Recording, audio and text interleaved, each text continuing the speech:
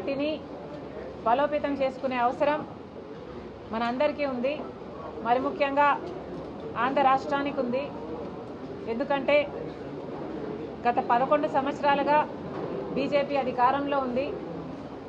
మోడీ గారు ప్రధానమంత్రిగా ఉండి కూడా విభజన హామీలలో ఏ ఒక్క హామీ అయినా ప్రత్యేక హోదా దగ్గర నుంచి మొదలు పెడితే ఏ ఒక్క హామీ కూడా ఈ రోజుటి వరకు ఆంధ్ర రాష్ట్ర ప్రజల చేతుల్లో పెట్టింది లేదు మోడీ గారు. ఈ పరిస్థితుల్లో ఒక్క కాంగ్రెస్ పార్టీ మాత్రమే విభజన హామీలలో ఏ ఒక్క హామీ నెరవేరాలన్నా కాంగ్రెస్ పార్టీ రాహుల్ గాంధీ గారు ప్రధానమంత్రి కావాల్సిన అవసరం ఉంది.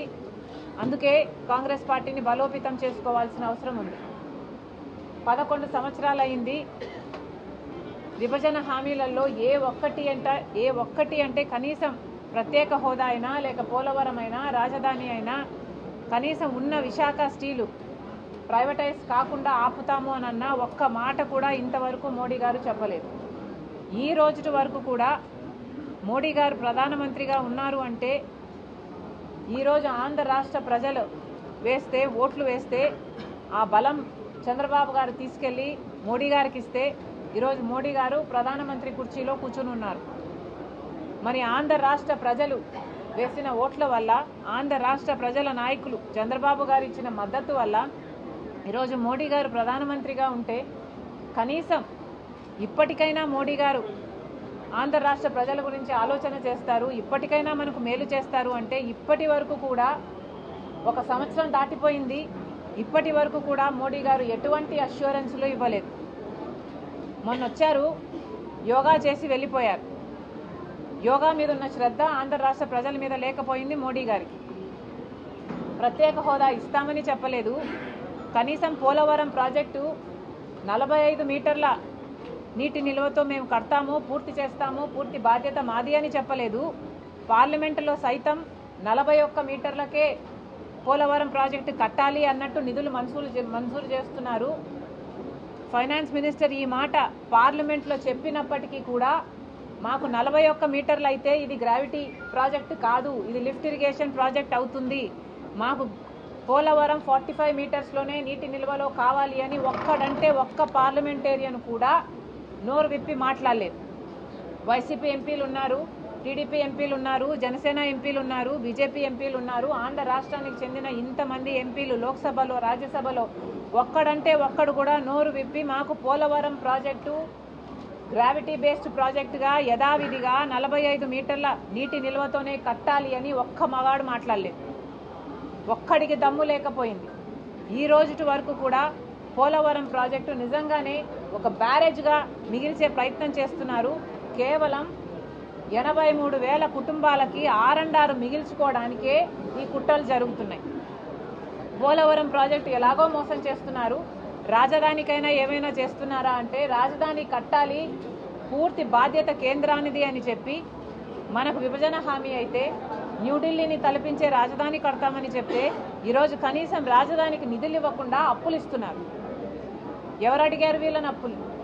ఈ అప్పులన్నీ మన మీద మన బిడ్డల మీద భారం పడుతుంది తెలిసి కూడా చంద్రబాబు గారు ఏమీ మాట్లాడటం లేదు. ఇక విశాఖ ప్రైవేటైజేషన్ అయితే ఈ రోజు వరకు కూడా వాళ్ళ మెడ మీద కత్తి పెట్టినట్టుగా వాళ్ళు బతుకుతున్నారు.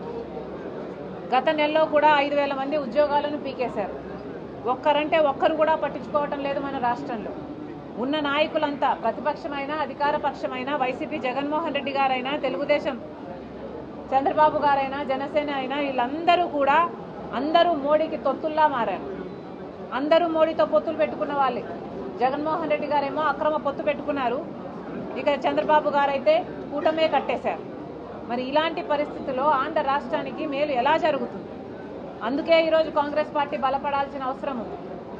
కాంగ్రెస్ పార్టీ బలపడాలి, కాంగ్రెస్ పార్టీ అధికారంలోకి రావాలి. రాహుల్ గాంధీ ప్రధానమంత్రి అయితేనే ఆంధ్ర రాష్ట్ర ప్రజలకు మేలు జరుగుతుంది. విభజన హామీలలో అన్ని హామీలు నెరవేరుతాయి. ఇందిరాగాంధీ గారి గురించి ఎమర్జెన్సీ గురించి మాట్లాడుతున్నారే మోడీ గారు. మరి మోడీ గారు సమాధానం చెప్పాలి. ఎమర్జెన్సీకి మించిన ఎమర్జెన్సీ మోడీ గారి పాలనలో చూస్తున్నాం. గత 11 సంవత్సరాలుగా అన్డిక్లేర్డ్ ఎమర్జెన్సీయే చూస్తున్నాం మన దేశంలో. మోడీ గారి వల్ల ఒక గోద్రా అయినా, ఒక మణిపూర్ అయినా, ఈ ఘటనలన్నీ జరిగాయి, ఈ హత్యలన్నీ జరిగాయి అంటే ఎవరు కారణం? అది కాదా ఎమర్జెన్సీ? దాన్ని ఎమర్జెన్సీ అనరా? కనీసం ఈ రోజు వరకైనా మోడీ గారు మణిపూర్కి వెళ్ళారా? అక్కడ వాళ్ళని పరామర్శించారా? బీజేపీ ఒక రైటిస్ట్ పార్టీ, మతం పేరుతో చిచ్చు పెట్టాలి, ఆ మంటలో వీళ్ళు చలి కాచుకోవాలి. ఇదే బీజేపీకి తెలిసిన రాజకీయం. మరి అది కాదా ఎమర్జెన్సీ? మోడీ గారు సమాధానం చెప్పాలి.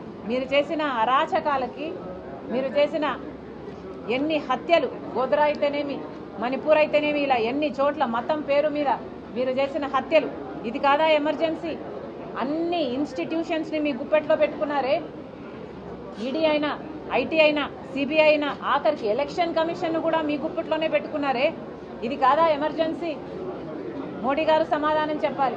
అదానీ, అంబానీ లాంటి వాళ్లకు పోర్టులు రాసిచ్చేస్తున్నారు, విమానాశ్రయాలు రాసిచ్చేస్తున్నారు, గనులు రాసిచ్చేస్తున్నారు. మరి ఇది కాదా ఎకనామిక్ ఎమర్జెన్సీ? మోడీ గారు సమాధానం చెప్పాలి. అసలు ఈ దేశంలో ఎవరికైనా మాట్లాడే స్వేచ్ఛ ఉందా? బీజేపీకి వ్యతిరేకంగా ఎవరైనా మాట్లాడగలుగుతున్నారా? ఎవరు మాట్లాడగలుగుతున్నారు? మీడియా మాట్లాడగలుగుతుందా? ప్రజలు మాట్లాడగలుగుతున్నారా? ఆఖరికి పెద్ద పెద్ద పార్టీలు, జగన్మోహన్ రెడ్డి గారి వైసీపీ అయినా, బీఆర్ఎస్ పార్టీ అయినా, వీళ్లకు కూడా మోడీకి వ్యతిరేకంగా మాట్లాడే దమ్ము లేదు. ఎక్కడ మాట్లాడితే కేసులు వేస్తారు, మమ్మల్ని లోపలేస్తారు అని బిక్కుమని ఇలాంటి పెద్ద పెద్ద పార్టీలే బతుకుతుంటే ఇక సామాన్య ప్రజల కథ ఏమిటి? మరి ఇది కాదా ఎమర్జెన్సీ? మోడీ గారు సమాధానం చెప్పాలి.